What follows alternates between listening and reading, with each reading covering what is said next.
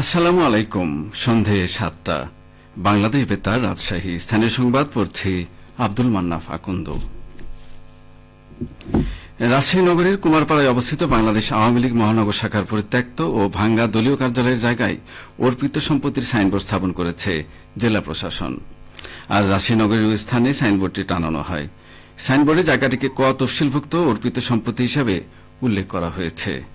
এতে বলা হয়েছে, বাংলাদেশ সরকারের পক্ষে সম্পত্তিটির ব্যবস্থাপনার দায়িত্বে রয়েছেন রাজশাহী জেলা প্রশাসক ও কালেক্টর। জেলা প্রশাসনের উদ্যোগে নেওয়া এই পদক্ষেপের মাধ্যমে কুমারপাড়ার ওই পরিত্যক্ত জায়গাটি আনুষ্ঠানিকভাবে সরকারি সম্পত্তি হিসেবে প্রশাসনের নিয়ন্ত্রণে এসেছে বলে জানা গেছে। জ্বালানি সংকটের প্রেক্ষাপটে রাজশাহী প্রকৌশল ও প্রযুক্তি বিশ্ববিদ্যালয়ের রুয়েট ক্যাম্পাসে ছাত্রীদের যাতায়াত সহজ করতে চালু হয়েছে সাশ্রয়ী বৈদ্যুতিক গাড়ি সেবা। আজ থেকে আনুষ্ঠানিকভাবে এই সেবার কার্যক্রম শুরু হয়েছে বলে জানিয়েছে প্রশাসন। জ্বালানি সংকটের কারণে ক্যাম্পাসে চলাচলকারী কিছু ডিজেল চালিত বাসের ট্রিপ কমে যাওয়ায় শিক্ষার্থীদের যাতায়াতে অসুবিধা দেখা দেয়। এই সমস্যা সমাধানে কম খরচে পরিচালনযোগ্য ও পরিবেশ বান্ধব একটি বিকল্প হিসেবে এই বৈদ্যুতিক যানটি তৈরি করা হয়েছে। প্রকল্প সংশ্লিষ্টদের মতে প্রতিটি গাড়ি তৈরিতে খরচ হয়েছে আনুমানিক ৫ থেকে ৬ লাখ টাকা, যা দেশের অন্যান্য বিশ্ববিদ্যালয়ে ব্যবহৃত বৈদ্যুতিক গাড়ির তুলনায় অনেক কম। সাধারণত এ ধরনের যানবাহনের দাম প্রায় ১৮ লাখ টাকা পর্যন্ত হয়ে থাকে। প্রাথমিকভাবে এই সেবা শুধু ছাত্রীদের জন্য চালু করা হয়েছে। হোস্টেল থেকে ক্যাম্পাসের বিভিন্ন গুরুত্বপূর্ণ স্থানে যাওয়ার জন্য গাড়িটি প্রতি ২০ মিনিট পর চলাচল করবে। উপাচার্য ড এস এম আব্দুর রাজ্জাক বলেন, নিজস্ব গবেষণার মাধ্যমে এই যান তৈরি করার সময় খরচ কম হয়েছে, তেমনি শিক্ষার্থীরা বাস্তবভিত্তিক জ্ঞান অর্জনের সুযোগ পেয়েছে। নওগাঁর পত্নীতলায় হাম প্রতিরোধ ও জনসচেতনতা বৃদ্ধির লক্ষ্যে স্থানীয় বিভিন্ন দপ্তরের কর্মকর্তাদের নিয়ে সমন্বয় সভা অনুষ্ঠিত হয়েছে।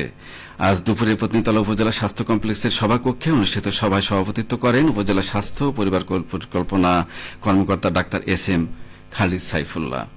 সভায় বক্তাগণ বলেন, বিভিন্ন ইউনিয়নে হাম প্রতিরোধ কার্যক্রম জোরদার করা, শতভাগ টিকাদান নিশ্চিত করা এবং জনসচেতনতা বৃদ্ধির উপর গুরুত্ব আরোপ করেন। এছাড়া সংক্রমিত এলাকা শনাক্ত করে শিশুদের টিকার আওতায় আনার বিষয়ে বিস্তারিত আলোচনা করা হয়।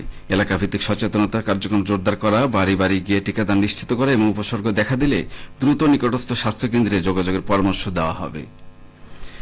সকলের সম্মিলিত প্রচেষ্টায় পত্নীতলায় হাম প্রতিরোধ কার্যক্রম আরও জোরদার হবে বলে আশাবাদ ব্যক্ত করেন কর্মকর্তাগণ। এ সময় পত্নীতলা উপজেলা স্বাস্থ্য কমপ্লেক্সের আবাসিক medical officer doctor Debashis Roy, medical officer Tarikul ইসলাম সহ অন্যান্য চিকিৎসক, নার্স, স্বাস্থ্য সহকারী, পরিবার পরিকল্পনা বিভাগের প্রতিনিধি এবং মাঠ পর্যায়ের স্বাস্থ্যকর্মীগণ উপস্থিত ছিলেন। নওগাঁ জেলা প্রশাসন ও ইসলামিক ফাউন্ডেশনের আয়োজনে ২ দিনব্যাপী হজ প্রশিক্ষণ কর্মশালা অনুষ্ঠিত হয়েছে। আজ সমাপনী অনুষ্ঠানে প্রধান অতিথি ছিলেন নওগাঁর অতিরিক্ত জেলা প্রশাসক সাদিয়া আরিফিন। আয়োজকরা জানান, চলতি ২০২৬ সালে নওগাঁ জেলার ১১টি উপজেলা থেকে সরকারি ও বেসরকারিভাবে মোট ১,২৭৪ জন পবিত্র হজ পালনের জন্য নিবন্ধিত হয়েছেন। ২টি গ্রুপে বিভক্ত করে তাদেরকে একদিন করে প্রশিক্ষণ প্রদান করা হয়েছে। প্রশিক্ষণে হজের নিয়ম কানুন ও সংশ্লিষ্ট অন্যান্য বিষয়গুলো অবগত করা হয়। প্রশিক্ষক হিসেবে ছিলেন সিভিল সার্জনের প্রতিনিধি হিসেবে নিয়ামতপুর উপজেলা স্বাস্থ্য পরিবার পরিকল্পনা কর্মকর্তা ফাইসাল নাহিদ, ইসলামিক ফাউন্ডেশনের উপপরিচালক মারুফ রায়হান ও নওগাঁ মডেল মসজিদের পেশ ইমাম রিজওয়ান হাসান।